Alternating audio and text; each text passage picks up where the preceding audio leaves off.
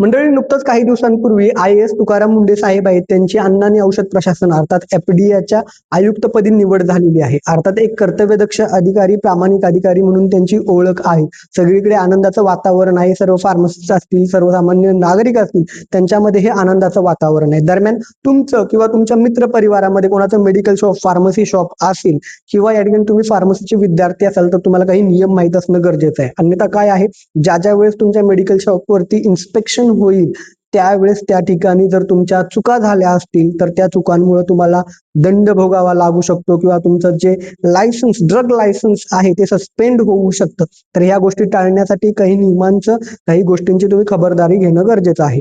सगळ्यात पहिल्यांदा महत्वाचा मुद्दा, अतिशय महत्वाचा मुद्दा, तो म्हणजे तुमच्या मेडिकल शॉपमध्ये, तुमच्या फार्मसी शॉपमध्ये जे काही महत्वाची कागदपत्र, डॉक्युमेंट आहेत जे डिस्प्ले करणं गरजेचं आहे.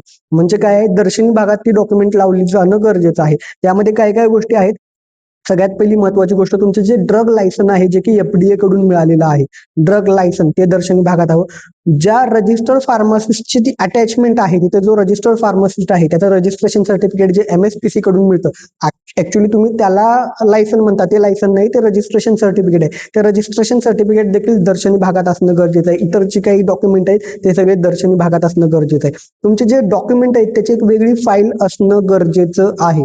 त्याशिवाय दुसरा महत्वाचा मुद्दा, ज्यावेळेस या ठिकाणी ड्रग इन्स्पेक्टर, औषध निरीक्षक तपासणीसाठी येतो तर तपासणी बुक या ठिकाणी एक असतं, नमुना 35, अर्थात त्याच्या ठिकाणी फॉर्मॅट 35 जे आहे निरीक्षण करण्यासाठी, अर्थात ज्यावेळेस इन्स्पेक्शनसाठी ड्रग इन्स्पेक्टर येईल तर ते बुक तुमच्याकडे असणं गरजेचं आहे. नसेल तर त्यासाठी पुन्हा मागणी अर्ज तुम्ही FDA कडे करू शकता.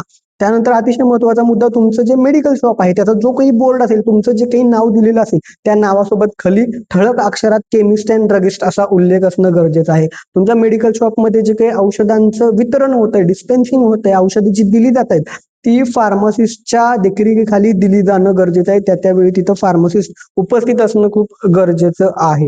त्यानंतर पुढचा अतिशय महत्वाचा मुद्दा, अनेक मेडिकल शॉपमध्ये ह्युमन यूजच्या औषधांसोबत काही वेटरनरी औषधं देखील असतात, तर ती वेटरनरी औषधं वेगळ्या ठिकाणी स्टोअर केलेली असणं गरजेचं आहे. For veterinary use only, not for human use असा बोर्ड त्या ठिकाणी असणं गरजेचं आहे. हीच गोष्ट जे औषधं एक्सपायरी झालेली आहेत किंवा जे नियर बाय एक्सपायरी आहेत ते देखील सेपरेट बाजूला ठेवलेली असणं गरजेचं आहे. शेड्यूल H1 ची औषध आहेत किंवा शेड्यूल H ची औषध आहेत, प्रिस्क्रिप्शन ड्रग, त्या औषधांचं जे काही तुम्ही या ठिकाणी डिस्पेन्सिंग करताय तर सप्लाइड बाय, शेड्यूल X ची देखील नार्कोटिकची जी औषध आहे ती तुम्ही डिस्पेन्स केल्यानंतर सप्लाइड बाय असा तुमच्या मेडिकलचा स्टॅम्प त्या ठिकाणी लावण्यासाठी असणं गरजेचं आहे. जे काही तुम्ही परचेस करताय औषधांचं तर त्याचं बिलचं रेकॉर्ड देखील सिक्वेन्सली लावलेलं असणं गरजेचं आहे. हल्ली आता कप सिरपचा मोठ्या प्रमाणावर गोंधळ झाला. मध्य प्रदेश, राजस्थानमध्ये लहान मुलांचा मृत्यू झाला. त्यानंतर कप सिरप विदाऊट प्रिस्क्रिप्शन देऊ नका असं सांगण्यात आलं. तर खरंच जे शेड्यूल H ची औषधं आहेत, त्याशिवाय जे काही कप सिरप आहेत ते विदाऊट प्रिस्क्रिप्शन देऊ नका. आणखीन एक महत्वाची गोष्ट, शेड्यूल H1 ची जी औषधं आहेत त्या औषधांचं वेगळं असं तुम्ही रेकॉर्ड मेंटेन ठेवणं गरजेचं आहे. नार्कोटिक्स ड्रग, शेड्यूल X ची जी औषधं आहेत, नशा निर्माण करणारी किंवा सवय लावणारी औषधं, ही औषधं लॉकरमध्ये वेगळ्या ठिकाणी ठेवलेली असणं गरजेचं आहे. त्याच्यासाठी वेगळं स्टोरेज तुमच्याकडे असणं गरजेचं आहे. तुमच्या मेडिकल शॉपमध्ये जो फ्रीज असेल तर तो प्रॉपरली वर्किंग असला पाहिजे, ते वेळच्या वेळी मेंटेन ठेवलेला असणं गरजेचं आहे. हे काही महत्वाचे मुद्दे आहेत, या गोष्टींची तुम्ही खबरदारी घ्या. जे काही शेड्यूल H1 नार्कोटिक्स ड्रग आहेत त्यांचे रेकॉर्ड प्रॉपरली तुम्ही मेंटेन ठेवणं गरजेचं आहे. ह्या जर गोष्टींची खबरदारी घ्याल तर ज्यावेळेस इन्स्पेक्शन असेल त्यावेळेस तुम्हाला कुठल्याही गोष्टीची अडचण येणार नाही. जे आयुक्त तुकाराम मुंढे साहेब आहेत त्यांची ख्याती आहे एक प्रामाणिक आणि कर्तव्यदक्ष अधिकारी. आता ते या ठिकाणी आल्यानंतर मला खात्री आहे की जे इन्स्पेक्शन पेंडिंग आहे ते ऑन टाइम होतील, सगळ्या गोष्टी काटेकोरपणे बघितल्या जातील. त्यामुळे तुम्ही काही गोष्टींची खबरदारी घेणं गरजेचं आहे. ते तुमचं रजिस्ट्रेशन सर्टिफिकेट फार्मसिस्टचं ते एक्सपायर झालेलं नाही ना बघा. PPP कार्ड आहे ते रिन्यू केलंय का बघा. तुमचे सगळे डॉक्युमेंट अप टू डेट आहेत का बघा. सगळ्या फाईल रेकॉर्ड व्यवस्थित मेंटेन करून ठेवा. या गोष्टींची काळजी घ्याल तर तुम्हाला कुठलीही अडचण येणार नाही. ह्या ज्या काही महत्वाच्या सूचना आहेत त्या खाली मी डिस्क्रिप्शन बॉक्समध्ये देखील लिहून टेक्स्ट स्वरूपात देतोय. माहिती आवडली असल्यास व्हिडिओला लाईक करा आणि जे कोणी तुमचे मित्र, नातेवाईक, कोणाचा मेडिकल शॉप असेल त्यांना देखील हा व्हिडिओ पाठवा. आणखीन एक मुद्दा, मागे एक FDA ने सर्क्युलर काढलेलं की मेडिकल शॉपच्या आजूबाजूला परिसरात तुम्ही डिस्काउंटचे बोर्ड लावू शकत नाही.